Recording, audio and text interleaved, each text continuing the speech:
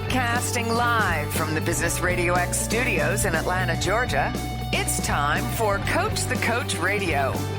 Brought to you by the Business RadioX Ambassador Program, the no-cost business development strategy for coaches who want to spend more time serving local business clients and less time selling them. Go to brxambassador.com to learn more. Now, here's your host. Lee Cantor here, another episode of Coach the Coach Radio, and this is going to be a fun one. Today on the show, we have Anuradha Rathore with Moonshot Collective. Welcome. Hi, Lee. Thank you for having me. Well, I am excited to learn what you're up to. Tell us a little bit about Moonshot Collective. How are you serving folks? Well, I'm actually a business performance coach. I help businesses and individuals working with them one-on-one, helping them, get past anything that is holding them back to get them to their next, level of success or mission that they're on. That's what I do. So what's your backstory? How'd you get into this line of work? Well, my backstory is pretty interesting because now when I look back, I have my background is international public relations and marketing. I moved from India in 2005, traveled across the world, was very fortunate. So I went through a lot of changes in my life. In 2008, I had to leave my job, and as the recession hit, I joined the financial industry. So over the years, I worked in different industries, and primarily what I did without knowing, I was coaching a lot, and I was helping folks, exceed in their careers and their projects. But at the time, I didn't know it was called coaching. And very recently, about 4 years ago, I started consulting on my own in change management. And that's where I started to see a huge gap between strategy and mindset and the limiting beliefs people have. Because as we know, 70% of change management projects fail. And I just kept thinking what was going on there. And that's where I started noticing the gap. And that pushed me in this direction that I wanted to deal with the human struggle of movement and change. Now, are you working primarily in the enterprise level, or are you working with entrepreneurs, solopreneurs, or small firm leaders? I work with enterprises. I do work with individuals. I work with executives. So yes, it's the people that are primarily what I'm looking to work with, and I work with. So yes, it's pretty sporadic depending on who needs assistance and in what way. And then what is the typical kind of catalyst for the conversation with you or somebody on your team? What is happening in this person's life that they're like, I better call Anu and her team? Mostly what is happening is if my clients are people who are looking to amplify their impact, whether it's in business, whether it's in their jobs, whether they are looking to launch something, whether they're transitioning from job, 9-to-5 thing to an entrepreneurship. So they are amplifying, they're really elevating they're looking to elevate their impact. They're looking to elevate their careers. And that's what I help them with, helping them find that balance so they can go through that change. So what are some symptoms they're having where this kind of frustration is manifesting, and they may not realize that they need your help, but maybe that there are signals out there that they do need your help, but they're just not seeing it this time? Is there anything that you see like collectively happening amongst your clients or past clients where you were like, oh, they were struggling with this or they were frustrated by that, and that was kind of a missed signal that if they were paying attention, they could have started working with you sooner and maybe gotten to where they wanted to go faster? Sure. I'm going to share an example with you. Hope that clarifies it a little bit without giving away too much about the client. But I do have a client who launched her own business about 3 years ago. For the first year, when I met her, right before we started working, all I heard was, I want to start my own thing. I want to do my own thing, and I will do it someday, one day, and things like that. And finally, I sat down with her one day just over coffee, and I said, so what is this thing that you want to do? Why? What is it that, and she was she seemed very passionate about it. She just was not coming out. So she shares her business plan with me, sort of an outline. And right after she shares that with me, she gives me all the reasons why she's not doing it. Why can't she move forward? So all these, psychological barriers that she was living with. And I said, and it was how overwhelming it is. I was like, okay, so we started having more conversations. And over the period of time, I helped her take small steps towards moving into that entrepreneurial journey so she can actually launch. Mostly that's what happens. People have these big ideas and they're scary enough where they don't want to move forward, even thinking, what if I fail? I have this nice cushy job, or, my business is doing well. You stay in that status quo and not even move forward, thinking if I make any changes, I'll break what I have. So those are some of the symptoms. If you're feeling trapped, if you're at the point where you're thinking, you know what, there's more out there for me, but I just can't take that next step because I am so in my head.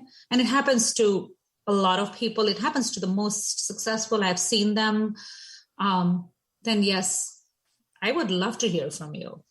Now, is this kind of a human condition, or maybe it's a human condition in a country like America that is pretty affluent by and large, where you would like to take a risk, but you hear stats like you mentioned a stat earlier: 70% of change management projects fail.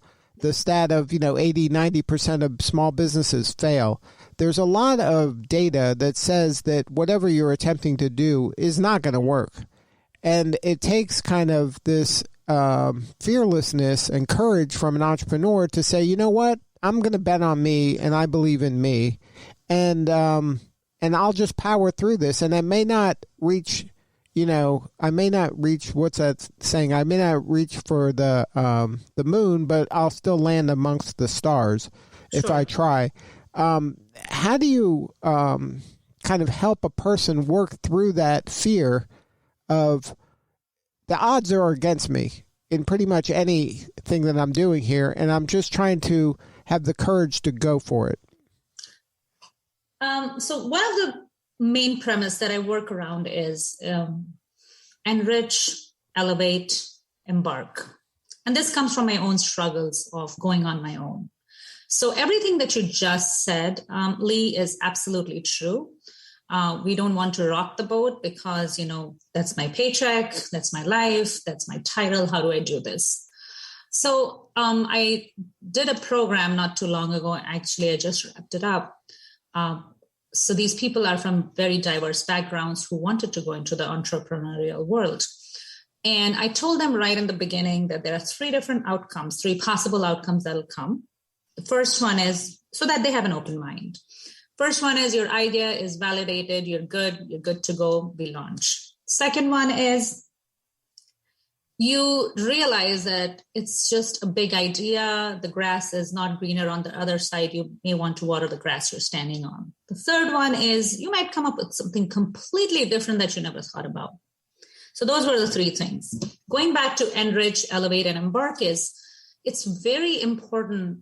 And I'll talk about the enrich part a little bit more here, is to really enrich yourself with the knowledge, with the mindset, with the correct belief system, even before you go out in the world. It's like saying, I want to run the marathon. Great. That's a great mission.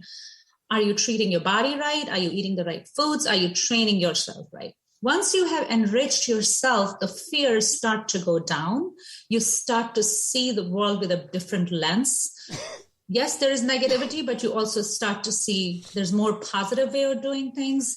And you will also see that, okay, maybe my idea, the way I'm thinking, it doesn't have to be so rigid. And when I work with clients, I go step by step. And, I'm not attached to the idea of being right. So we always alter the path. It has to be about them. So yes, that's how I work. That's the premise. Enrich, elevate, and then embark. I think it's critically important for folks out there that are contemplating some sort of a change that you don't want to live a life of regret. And Absolutely. It's much better to have tried something and seen how it played out rather than wonder what could be or what could have been.